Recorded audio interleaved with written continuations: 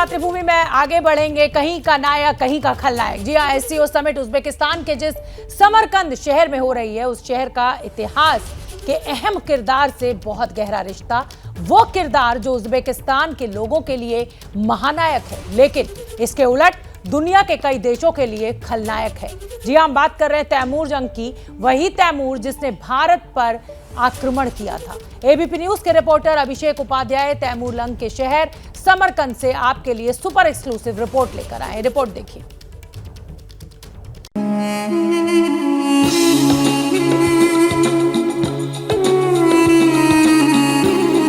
ये समरकंद है, मध्य एशिया के मुल्क उज्बेकिस्तान का ऐतिहासिक शहर।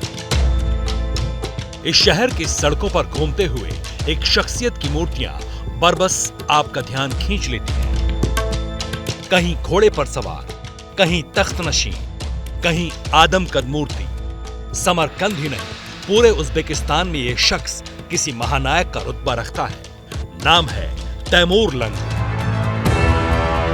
बिल्कुल सही समझे आप, वही तैमूर लंग जिसका जिक्र हिंदुस्तान के इतिहास में एक आक्रमणकारी, हत्यारे और लुटेरे के तौर पर दर्ज है, जो पल भर में इंसानों को मारकर लाशों की मीनार खड़ी करवा देता था, जिसकी क्रूरता की कहानियों से दुनिया के न जाने कितने मुल्कों की किताबें भरी पड़ी हैं, जिसका खौफ उसकी मौत के 600 साल बाद भी जिंदा है।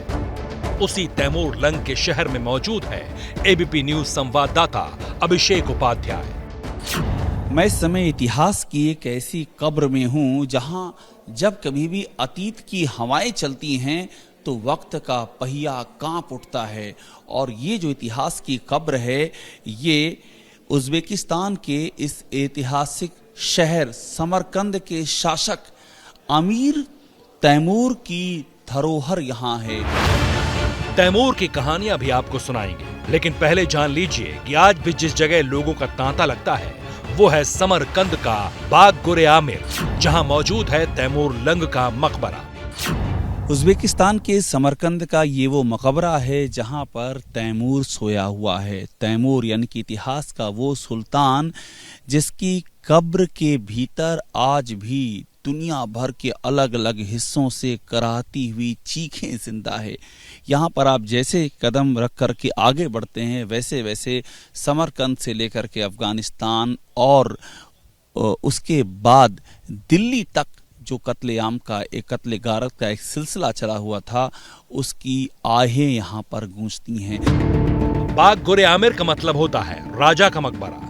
लेकिन क्या आप जानते हैं कि जिस तैमूर का खौफ जीते जी दुनिया के कई मुल्कों में था, मौत के बाद भी उसका डर बरकरार है। समरकंद के लोग और कुछ इतिहासकारों के मुताबिक कुछ ऐसा हुआ है कि अब कोई भी शासक या सरकार तैमूर की कब्र को खोलने की हिम्मत नहीं जुटा पाती। कहानी हैरान करने वाली है। दावा किया जाता है कि इतिहास में 2 बार तैमूर की कब्र को खोला गया और दोनों बार कब्र खोलने वालों के साथ कुछ ऐसा हुआ कि तीसरी बार किसी ने ऐसा किया ही नहीं। ये काली कब्र तैमूर लंग की है।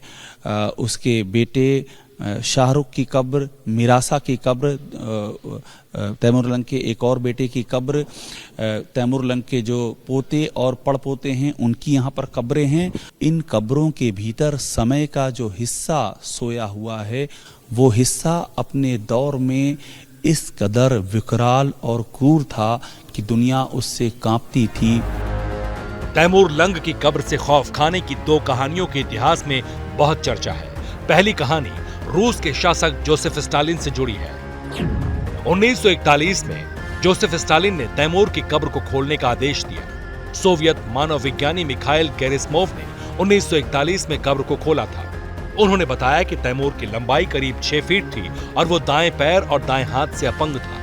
तैमूर की कब्र पर एक चेतावनी का भी जिक्र उन्होंने किया था, जिसमें लिखा था, जब मैं अपनी मौत के बाद दोबारा उठूंगा तो पूरी दुनिया कांप उठेगी। जो भी मेरी कब्र खोलेगा वो शत्रु से बुरी तरह हारेगा। इस चेतावनी का जिक्र हमारे रिपोर्टर से तैमूर के मकबरे के बारे में बताने वाले गाइड ने भी किया। It's written underground in the crypt. It was written, if someone disturb my grave, the great war can come exactly. But it's just, who knows, maybe also like legend for us.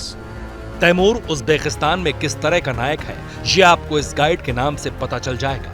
इसका नाम भी तैमूर है और न जाने कितने लोग तैमूर नाम रखते हैं। बहरहाल इसने हमें बताया कि कब्र खोदे जाने के बाद रूस के साथ क्या हुआ था। समरकंद में इसी तैमूर लंग की कब्र को साल 1941 में जोसेफ स्टालिन ने इस कब्र को खोलने की कोशिश की। जब इस कब्र को खोला तो ये ऐसा बताते हैं कि अंदर ये पाया गया, एक चेतावनी थी कि जो भी मेरी कब्र को खोलने की कोशिश करेगा उस पर भयानक मुसीबत टूटेगी। और संयोग देखिए, अगले ही दिन सोवियत संघ पर जर्मनी ने यानी कि हिटलर ने आक्रमण कर दिया।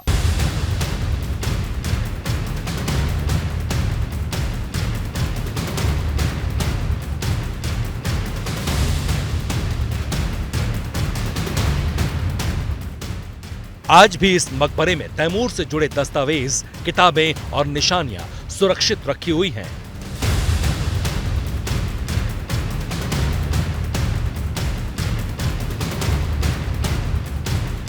ये देखिए, यहाँ पर तस्वीर है अमीर तैमूर की। यहाँ पर अमीर तैमूर के नाम से ही जाना जाता है। ये तैमूर की तलवार है यहाँ पर। और हमको यहाँ पर अब दिख रही है जफरनामा। ये देखिए, ये मूल किताब है जफरनामा, जो तैमूर की जिंदगी पर लिखी गई। ये है तैमूर का, ये अक्सराय में तैमूर का घर था। ये उसके घर की तस्वीर है।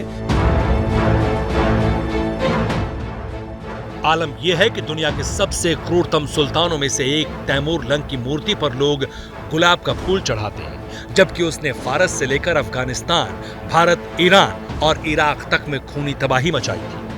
वो तैमूर लंग जिसने दुनिया के एक बड़े हिस्से की राह में कांटे बोए, जिसने मानवता के शरीर को कांटों की मार से इस बुरी तरह जख्मी और जर्जर कर दिया कि आज भी जब कभी उस दौर की यादें होती हैं तो मानवता की सांसें थम जाती हैं।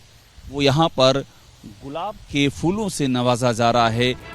जिस तैमूर लंग को लेकर पूरे उज्बेकिस्तान में दीवानगी है, उसकी आदमकद मूर्तियां शहर के चौक चौराहों पर आम हैं। हमारे रिपोर्टर अभिषेक उपाध्याय ने खुद देखा कि कैसे लोग तैमूर की मूर्तियों के पास तस्वीरें खिंचवाते हैं। यहाँ हमको इस तैमूर लंग के मकबरे में ऐसे ही लोग दिखाई पड़ रहे हैं जो अलग अलग जगहों से आए हुए हैं और जो पूरी जानकारी ले रहे हैं इस मकबरे के बारे में, तैमूर लंग की इस कब्र के बारे में, और उनकी उत्सुकता बता रही है कि वे बहुत कुछ जानते हैं। देखिए, तस्वीरें लेते हुए हमको दिखाई पड़ रहे हैं।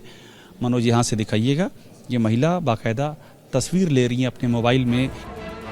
बेशक तैमूर लंग उज्बेकों के दिल में धड़कता है, उनका नायक है, लेकिन भारत से जुड़ा तैमूर का इतिहास रक्त रंजित है। बात 1398 ईस्वी की है, जब तैमूर ने भारत पर आक्रमण किया था। समरकंद के इस ये जो प्रतीक चिन्ह है तैमूर लंग का, इसको देखते हुए बार बार दिल्ली की वो तस्वीर याद आती है जब तैमूर लंग के इशारे पर दिल्ली में लोगों को गाजर मूली की तरह काट दिया गया था।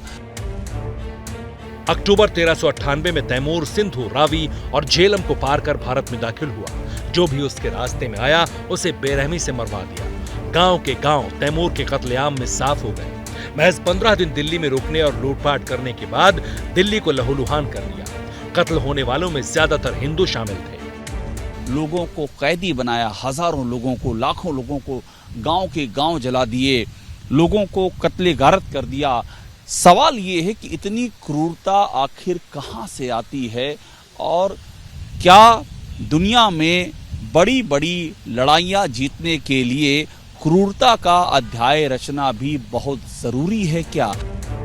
दिल्ली से समरकंद जाते हुए तैमूर लंग अपने साथ न सिर्फ लूट के हीरे जवाहरात और अनाज ले गया, बल्कि इंसानों को भी गुलाम बनाकर साथ ले गया। रास्ते में मेरठ के किलेदार इलियास को हराकर तैमूर लंग ने वहां भी तकरीबन 30,000 हिंदुओं को मारा। हालांकि समरकंद में मौजूद हमारे रिपोर्टर अभिषेक से बातचीत में वहां के लोगों ने कहा कि ये सब तैमूर लंग को बदनाम करने के लिए पश्चिम के इतिहासकारों की साजिश है। Very important ruler of your country, and he has made a big empire in his time. Uzbekistan के लोगों का तैमूर लंग के लिए संजीदा होना अलग बात है, लेकिन इतिहास तो यही कहता है कि तैमूर एक क्रूर शासक था जिसने न जाने कितने लोगों का कत्ल बेवजह किया, लेकिन आज भी इस शहर में वो हीरो है।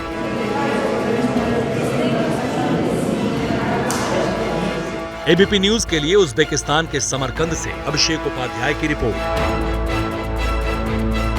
जैसे ही घड़ी का काटा दोपहर 2:30 पे आए, बबीता जी का दिल सास बहू साजिश के लिए मचल जाए।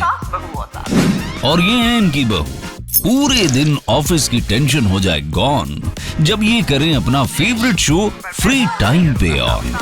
इनकी तरह आप भी देखें अपना फेवरेट शो अपने टाइम पर और डाउनलोड कीजिए एबीपी लाइव ऐप अपने स्मार्ट टीवी पर।